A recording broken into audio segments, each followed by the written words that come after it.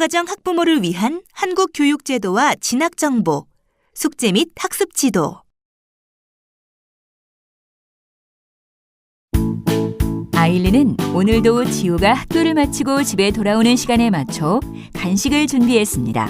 학교에서 돌아온 지호는 엄마가 준비한 맛있는 간식을 먹으며 엄마에게 이야기합니다. 엄마, 오늘 숙제가 있어요. 지호가 건넨 알림장을 받아든 아일린은 알림장에 적힌 숙제를 보며 걱정스러운 마음이 들었습니다. 지호야, 엄마랑 같이 알림장에 적힌 내용을 읽어볼까? 2016년 9월 2일 1. 일기 쓰기 2. 가정통신문 부모님께 보여드리기 3. 우리 고장의 문화재에 대해 조사하기 4. 책 읽기. 알림장의 내용을 살펴본 아일린은 고장과 문화재, 조사하기라는 말이 무슨 뜻인지를 생각하며 지호에게 어떻게 설명해 주어야 할지 고민에 빠졌습니다. 앞의 이야기는 잘 보셨나요? 8년 전 한국인과 재혼해서 한국에서 살게 된 아일린 씨에게 고민이 생겼습니다. 올해 초등학교에 입학한 지호가 매일 써오는 알림장 때문이라고 하는데요. 이 알림장과 함께 오는 많은 가정통신문도 아일린 씨가 보기에는 이해가 안 되는 부분이 많습니다. 아일린 씨의 고민 같이 한번 들어볼까요? 아일린은 지호의 알림장을 여러 번 소리내어 읽어보며 남편이 퇴근하여 오기를 기다렸습니다. 남편이 퇴근하여 들어오자 아일린은 지호의 알림장을 들고 남편에게 물어봅니다. 지호는 학교 잘 다녀왔죠? 네, 잘 다녀왔어요. 그런데 이 알림장 내용이 무슨 뜻인지 잘 모르겠어요. 어디? 함께 봐요. 알림장을 살펴본 후 남편은 지호의 가방에서 가정통신문을 꺼내와 내용을 보고 해당 학년과 이름을 써주고 동그라미표를 해줍니다. 가정통신문의 내용이 궁금한 아일린은 남편에게 물어봅니다.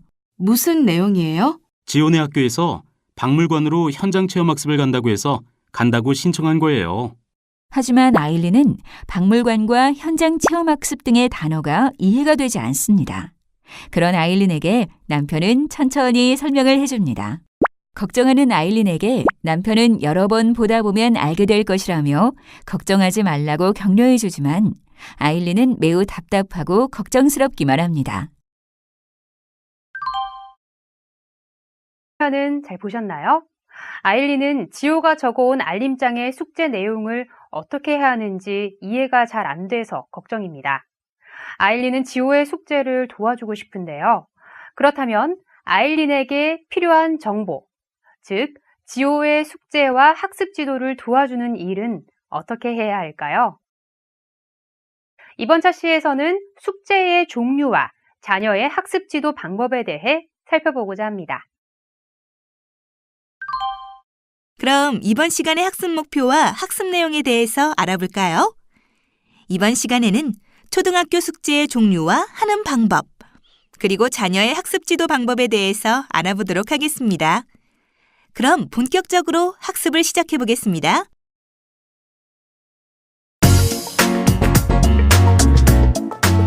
숙제 지도.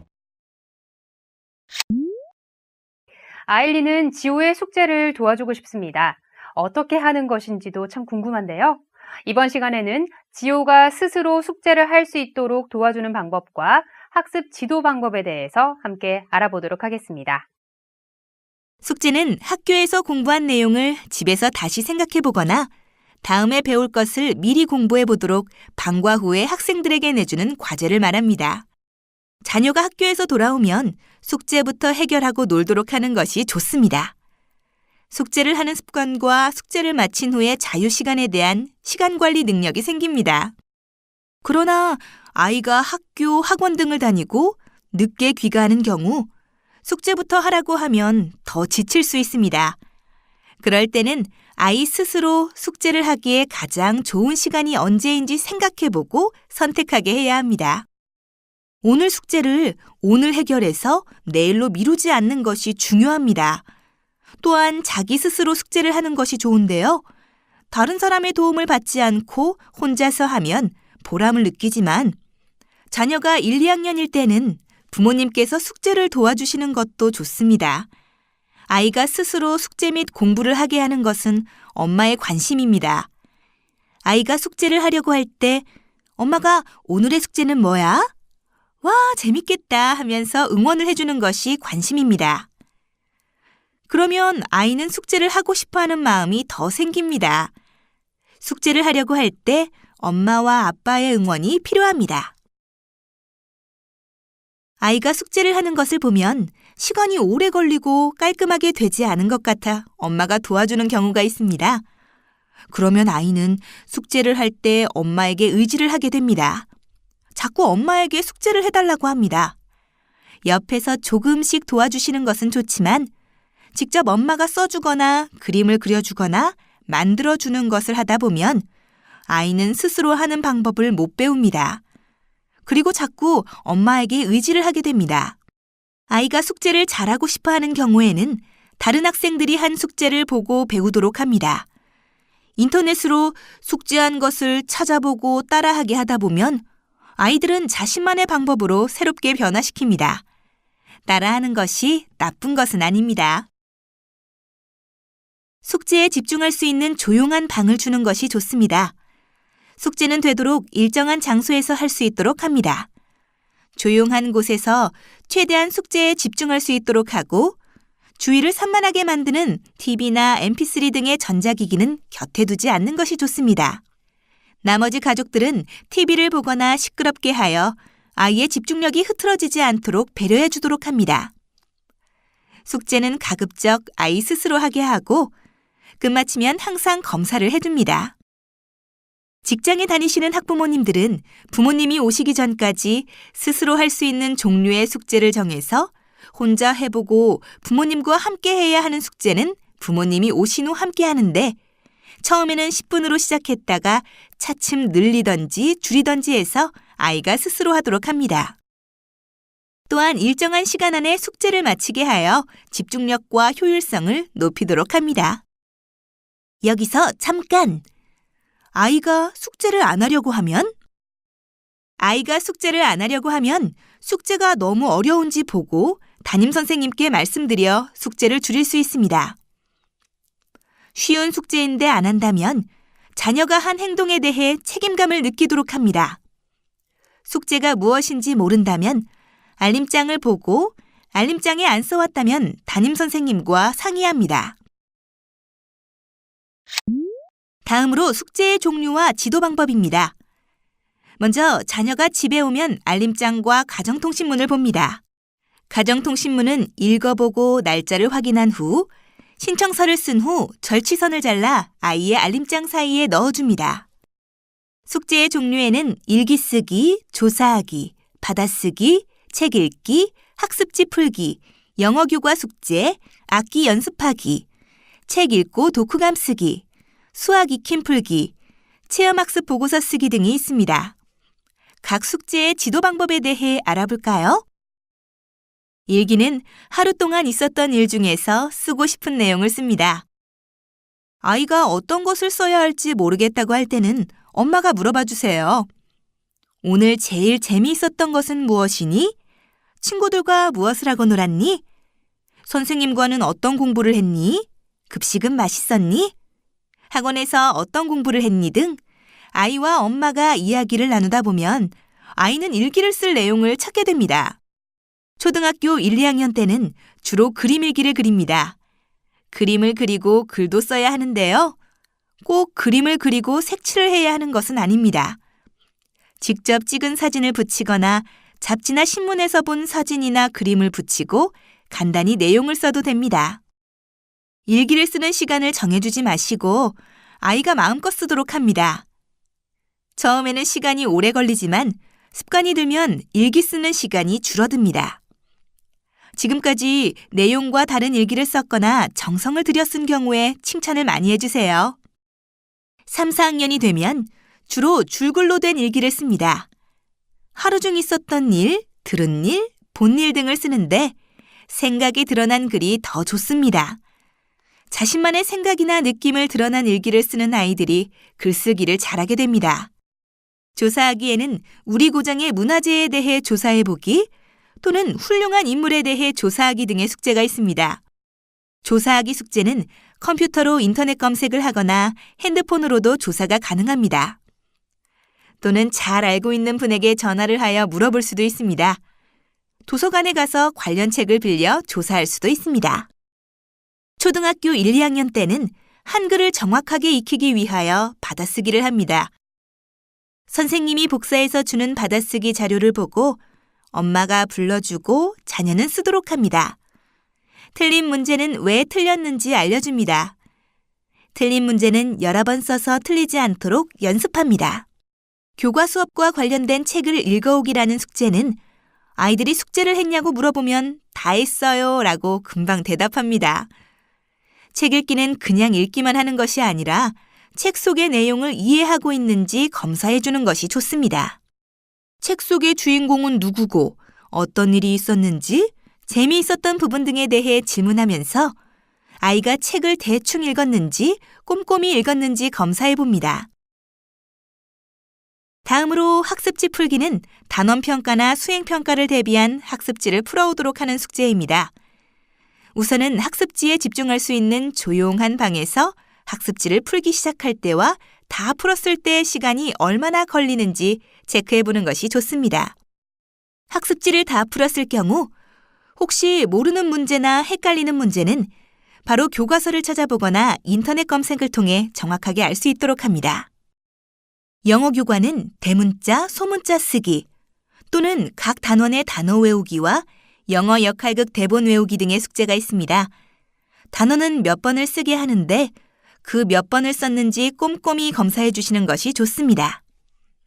또한 영어 단어만 쓰라고 하는 경우와 뜻도 함께 쓰라고 하는 경우가 있습니다.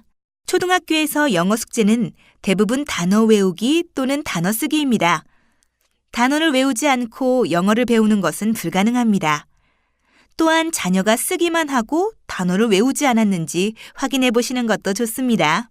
대본 외우기 숙제의 경우는 대본을 보시고 아이가 정확히 외우는지 확인해 주시면 됩니다.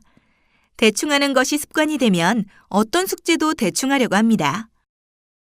다음으로 멜로디언이나 리코더 연습하기 숙제는 주어진 곡을 연주하는 숙제입니다.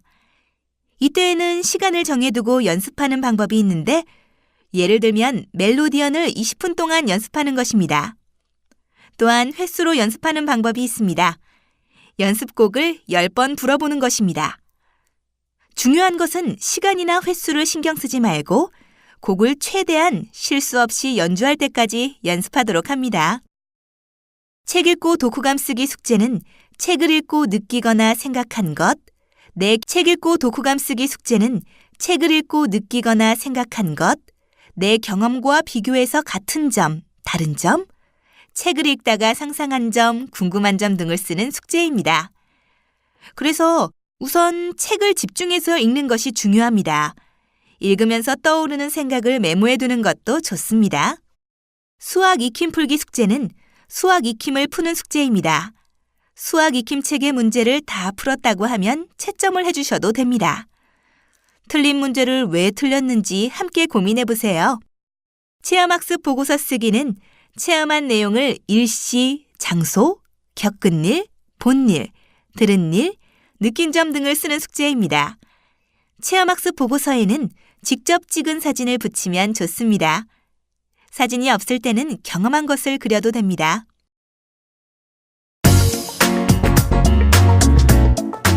학습 지도. 아일린이 놀이터에서 지우와 같은 반 친구의 엄마를 만났습니다. 친구의 엄마는 아일린에게 지우가 책을 많이 읽는지 물어보는데요. 아일린은 지우가 집에서 텔레비전을 보는 모습, 장난감을 가지고 노는 모습, 그림책을 보는 모습밖에 떠오르질 않습니다. 아일린은 지우가 책을 적게 읽는 것 같다고 생각하며 어떻게 하면 지우가 책을 많이 읽을까 고민합니다. 학습 지도의 기본은 책을 많이 읽도록 하는 것입니다. 집 가까이에 도서관이 있다면 쉬는 날에는 도서관에 가는 것이 제일 좋습니다. 책을 읽는 습관과 능력은 평생 학습을 결정합니다. 서점에 가서 자기가 흥미를 느끼는 책을 직접 고르도록 하는 것도 좋습니다. 이때에는 흥미를 느끼며 즐겁게 책을 읽도록 합니다. 엄마, 아빠가 함께 책을 읽으면 가장 좋은 학습 지도가 됩니다. 지온의 가족이 집 주변에 있는 어린이 도서관에 갔습니다. 지온은 어린이 눈높이에 맞게 구성된 어린이 도서관의 매력에 푹 빠집니다. 아일린과 아빠는 지오가 볼 수 있는 책 코너의 위치와 앉을 자리를 알려주었습니다. 모자 열람실은 부모님이 아이에게 책을 읽어줄 수 있는 공간입니다. 혼자 앉아 책을 보고 있던 지오가 고개를 들어 부모님을 찾아봅니다. 엄마와 아빠도 책을 읽고 있는 모습을 보니 지오 얼굴에 미소가 번집니다. 평소에도 자기 생각을 분명하게 말하도록 합니다. 또한 책을 읽을 때는 소리내어 읽도록 하여 교실에서 책을 읽을 때 떨지 않도록 합니다. 잘하면 칭찬해 주시고 틀리면 틀려도 괜찮아 하면서 용기를 북돋워 주세요. 평소 가족과 많은 대화를 하여 자신감을 기르게 하면 발표력이 자연스럽게 생깁니다. 부모님께서 대화하는 모습을 많이 보고 자란 아이들이 친구들과의 대화도 잘하는 법입니다. 예습은 학교에서 배울 내용을 미리 살펴보게 함으로써 자녀가 흥미를 갖는 것이 목적입니다. 과도한 예습은 학습의 흥미를 떨어뜨릴 수 있습니다. 주입식으로 내용을 가르치거나 문제를 일일이 풀어보게 할 필요는 없습니다. 공부할 내용을 살펴보고 모르는 내용을 표시해 두었다가 나중에 담임선생님께 질문할 수 있도록 합니다. 이때 모르는 단어가 있으면 부모가 함께 단어의 뜻을 찾아보며 지도해주면 좋습니다. 어려운 단어가 많다면 국어사전을 찾거나 검색을 활용하도록 함께 찾아보는 것이 좋습니다. 복습은 배운 날 바로 하는 것이 효과적입니다. 자녀가 학교에서 배운 내용을 부모와 자연스러운 대화를 통해 이야기하도록 합니다. 복습을 지도하며 자녀의 학습 수준을 파악하고 부족한 부분은 직접 지도하거나 담임 선생님과의 대화를 통해 보완 및 지도 방안을 마련하는 것이 좋습니다. 여기서 잠깐! 학원을 보내야 하나요? 자녀를 학원에 보내서 효과를 보는 경우도 있지만 비싼 비용 대비 효과를 못 보는 경우도 많습니다. 무조건 학원을 보낼 것이 아니라 자녀의 특성과 수준을 파악하여 학원에 보낼지의 여부를 결정해야 합니다. 무리한 학원 보내기는 자녀의 학습 흥미를 오히려 떨어뜨릴 수 있으므로 신중해야 합니다. 요즘에는 학교에서 방과 후에 다양한 학습 지원 활동이 이루어지고 있으므로 담임 선생님과 상의하여 학교에서 마련한 학습 지원 활동에 참여하도록 하는 것도 좋은 방법이 될 수 있습니다.